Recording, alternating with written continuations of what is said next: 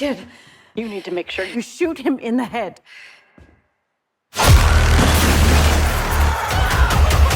I'm gonna burn it all down. Mother!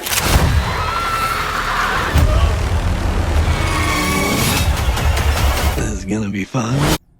Hello everyone, welcome to another movie review. I just saw Scream 7.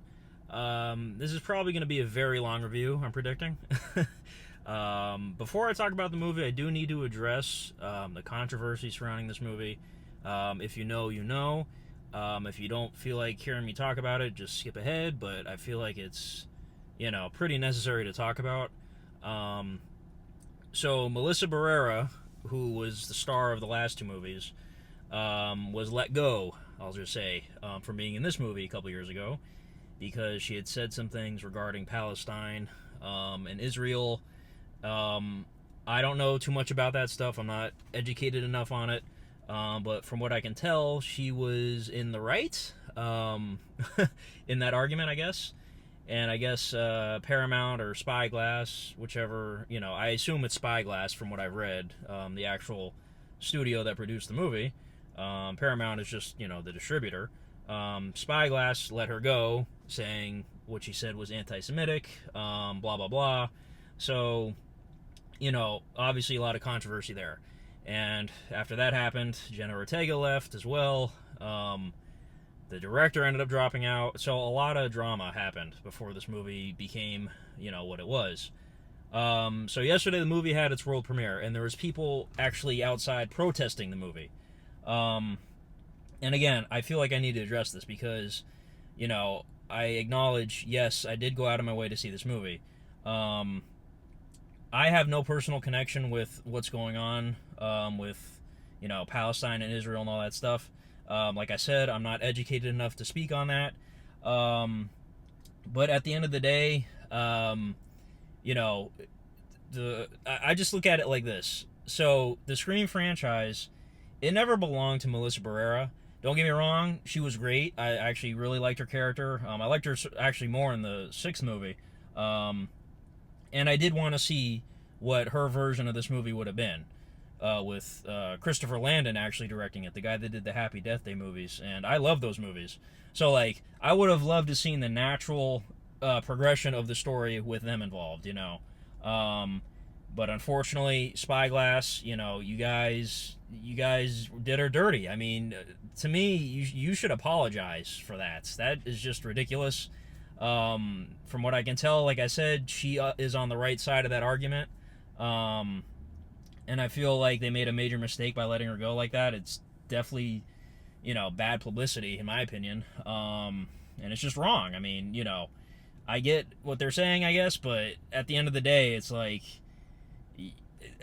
all kinds of celebrities talk about this sort of stuff. They always talk about all kinds of different issues. As you guys know, if you watch my videos, I never really talk about stuff like this because obviously it is a hot topic. And hey, if you disagree with me seeing this movie or whatever, there's a comment section right there. There's a dislike button right there. So feel free to voice your opinion. And if you want to educate me more on it, feel free to. But like I said, her co-stars from the previous two movies came back in this movie. So, I feel like it's not that huge of a deal in terms of, okay, we're just making a film here. We're just making the 7th entry in a horror franchise. You know what I mean? And I'm referring to, obviously, Chad and Mindy from the previous two. So, if you refuse to see this movie for that reason, I totally understand, and I respect that. I just want to get that out the way. I'm not trying to, take any sides here or anything like that. I'm just basically justifying why I think it's okay to go see the movie, and I think it's also okay if you don't want to see the movie, Everyone's entitled to their own opinion and their own beliefs. So, like I said, I don't know enough about it, but I felt like I needed to address it because I don't want to just sit here and ignore it when I am very much fully aware of what's going on. So the original version of this movie, like I said, was supposed to be a continuation with the Carpenter sisters, and Christopher Landon was going to direct it. So all that fell apart. Now we have Kevin Williamson directing, which actually got me excited. And Neve Campbell returning, because there's more drama with her with Scream 6. They didn't pay her enough money, so that's why she wasn't in Scream 6. Now, when they first announced that, I got very excited because on paper, that sounds like such a great idea. You got the guy that wrote the original first, second, and fourth movie, and he is the mastermind behind Scream. He just is. Aside from Wes Craven, obviously, who brought the whole thing together. And then you have Neve Campbell making her big comeback. And the way I felt like they pitched it was like, okay, this is going to be Sydney's sort of swan song, proper send off, whatever. And again, that idea sounded amazing, and I was like, all right, you know what? It is what it is. I would have preferred to see the original version of Scream 7 if everything would have worked out, but I'm fine with seeing this. Now, like I said, the movie had its premiere last night and has been getting pretty much all across the board, I think, negative reviews. Very bad ratings. Rotten Tomatoes score, very low.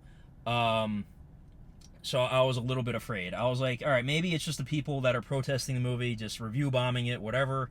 And I'm here to report. I didn't hate this movie, but it's my least favorite. Yeah. So like I was saying before, I liked the Melissa Barrera movies, but they were my least favorite ones. My ranking for Scream is literally 1 through 6, from best to worst. And now my ranking is literally 1 through 7. So, let's talk about this. What went wrong here? Actually, let me talk about the positives first. So, obviously, I'm not going to talk spoilers. That is without question. Because Scream, obviously, is very spoiler sensitive. So, I'm not going to reveal anything. I'll do a spoiler section at the end. Also, I want to talk, too, this particular showing I went to was awesome. And I'll get into that later. So, positives. The opening scene, every Scream movie has an iconic opening segment. I love the opening scene of this movie. It's probably my favorite one in this newest trilogy, I guess. Not really a trilogy, but, I liked it better than the opening of the last two, for sure. And then I don't know, you have to debate with, the first 4 movies. They all have great openings.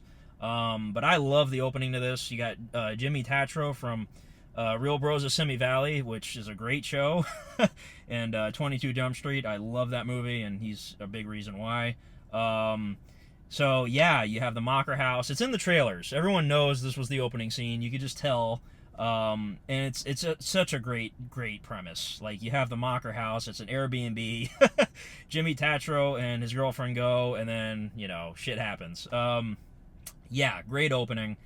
The kills in the movie were also very good, and I noticed now they're really hamming up the kills in these movies. They're like getting really creative with these. There's one kill in particular that is like, what the fuck did I just watch? Very creative. You'll probably know which one I mean when you see it. So all the kills and the gore were good. I will say Neve Campbell, you could argue this is probably her best performance in like the whole series. And I'm serious when I say that. I feel like she definitely got more screen time in this one than maybe even Scream 4, Scream 3, you know what I mean? Like, she had a lot of screen time in this one. This was definitely her movie. And, of course, her daughter, Tatum, named after, Dewey's sister, she was good, too. I didn't, love her performance or anything, but she was a good character. So the premise of this one, you have Sydney living her normal life. She has kids. She has her husband. And I do want to mention that, too. Joel McHale as the husband. When I first heard that, I was like, you're talking, what? You're talking about the guy from The Soup? Did you guys ever watch that show, The Soup? That's what I know Joel McHale from back in the day. And also the banker in Spider-Man 2.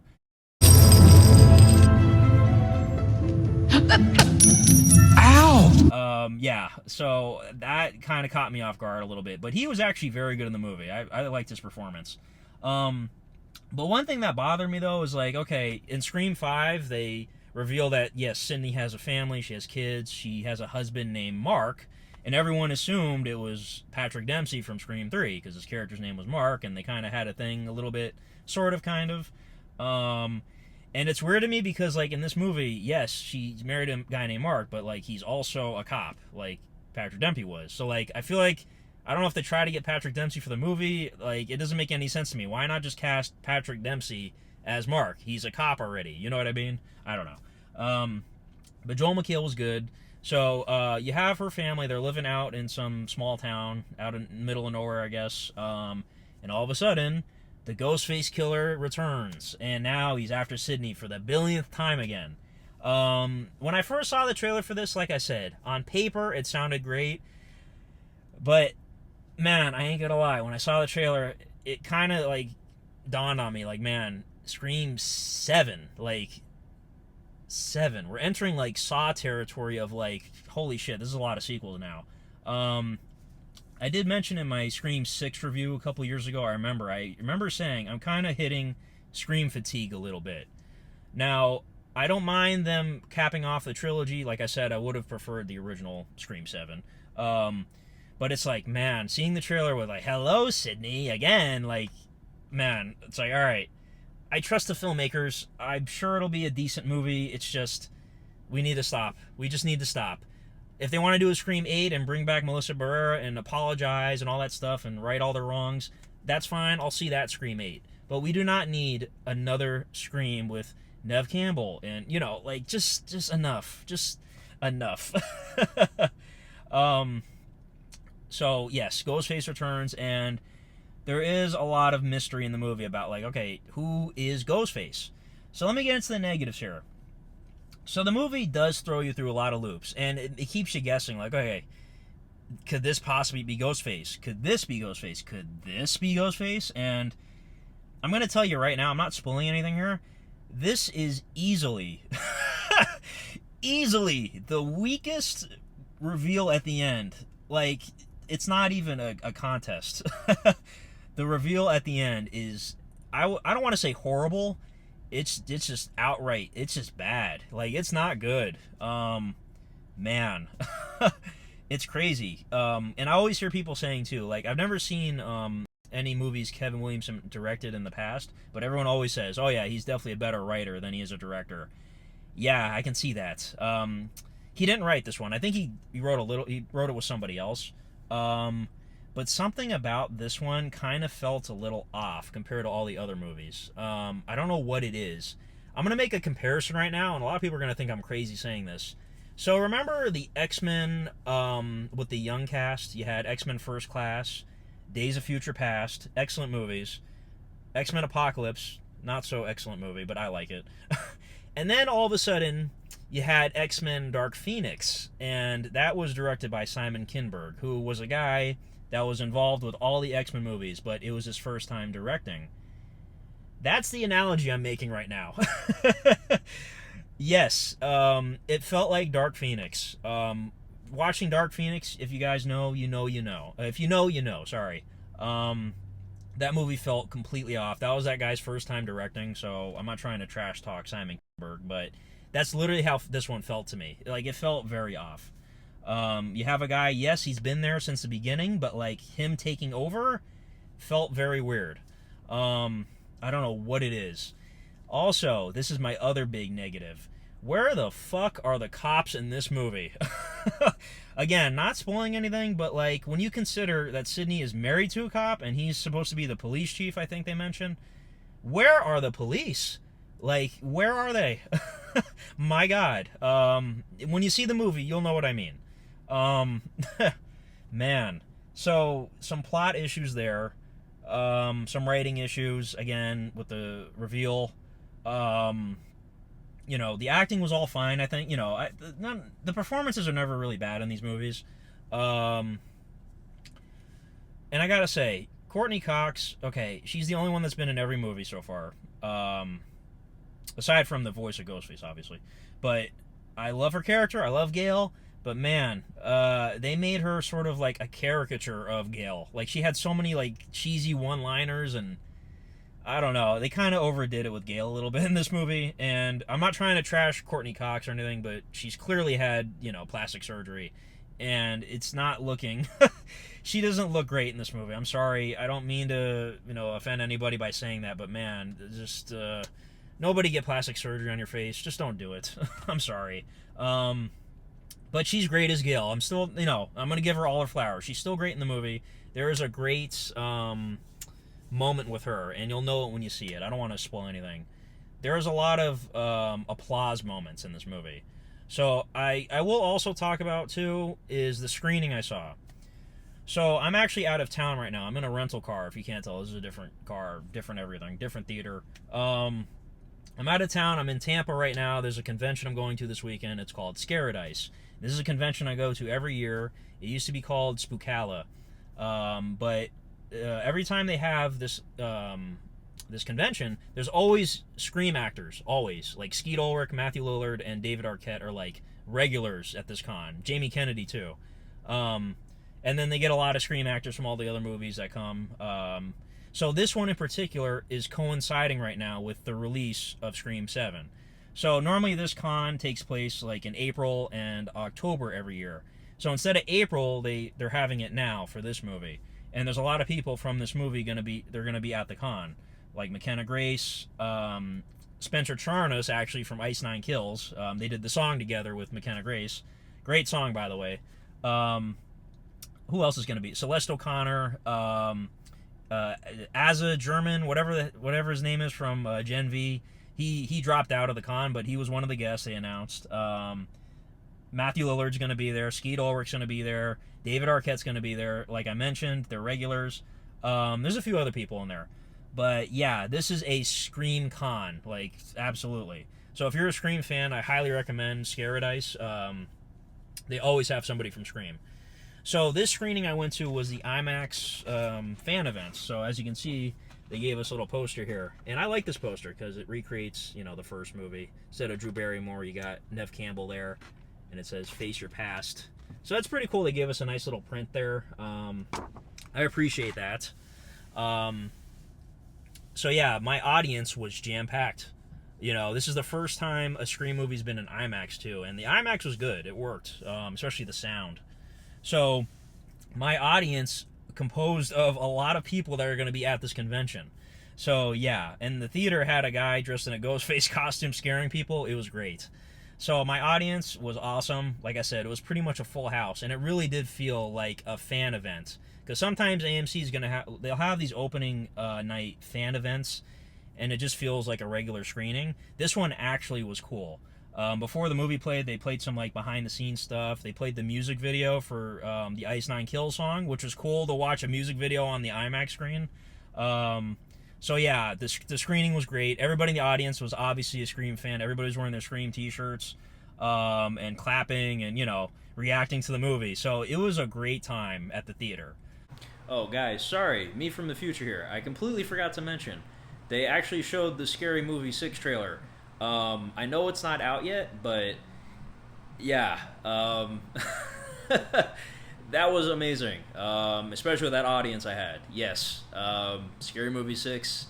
Definitely looking forward to that one. Alright, back to the review. But like I said, unfortunately, this movie is the weakest movie in the series. It's a C+ for me. I'm even kind of leaning towards a C-. Like, again, it was good for most of it, but when it started getting towards the end, that's when the problem showed up for me. Excuse me.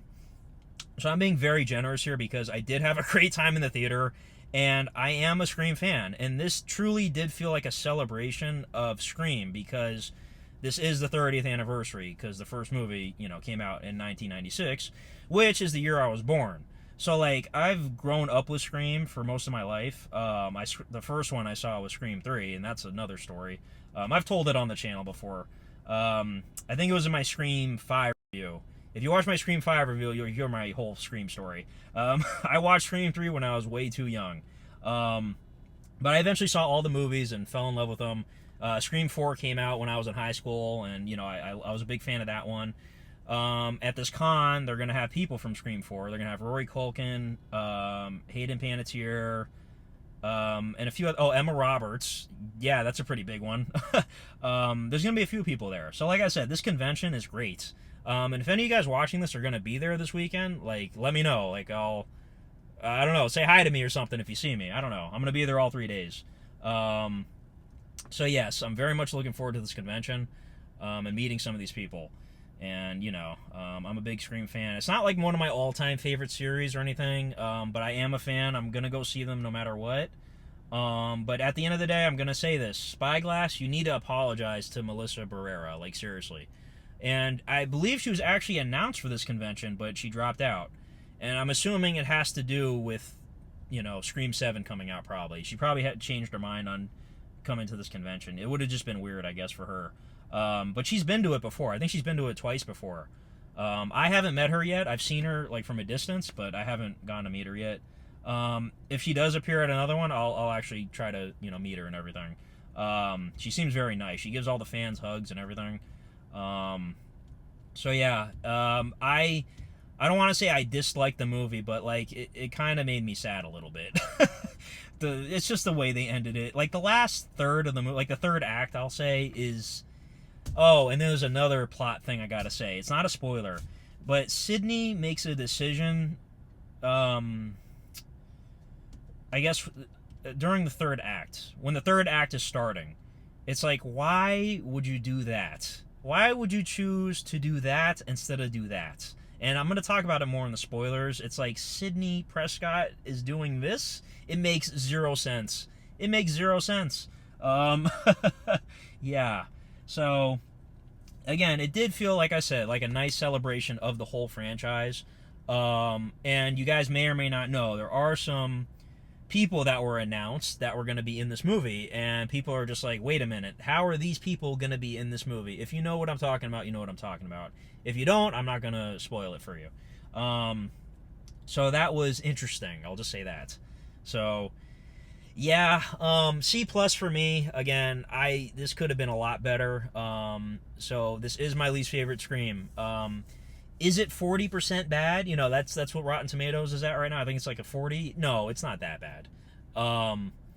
But man, it's so contrived at the end. It's ridiculous. And they kind of do a thing too to throw you off. Like, there's one thing in particular that they try to do to throw you off of who the killer could be. And when they try to explain it later, it's like, no, no. So, yeah. So this is going to be a 6 out of 10 for me. Let me know in the comments how you felt about everything I just mentioned. Like, everything. So, like I said, I know this is a long fucking video. I'm sorry. Yeah, so that's going to be it for the non-spoiler section. Let me move on to the spoilers now. Alright. So the reveal at the end, my God. This is easily, like I said, the worst killer reveal. So you have, basically, again, some mega fans, but, like, their reasoning is not as good as, like, Richie and Amber. Like, you know what I mean? Like, that was way better. Their reasoning is fucking stupid. And then her son being killed, cannon fodder, it's like, okay, so there's no way it's the mom, right? No, oh, she's just crazy. She doesn't care about her son. Oh, he's too much like his dad. Like, what? Like, wow. I would have, listen, if it would have been Stu for real, I would have believed that more. I would have been more into that, even though I would have been just like, what the fuck? But, like, that to me is more believable.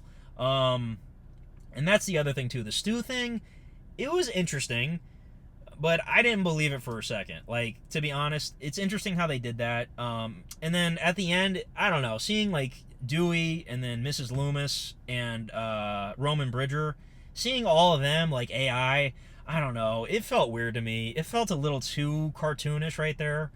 I appreciated seeing all of them again, but, like, it's a little too much for me. And then, oh, Sydney.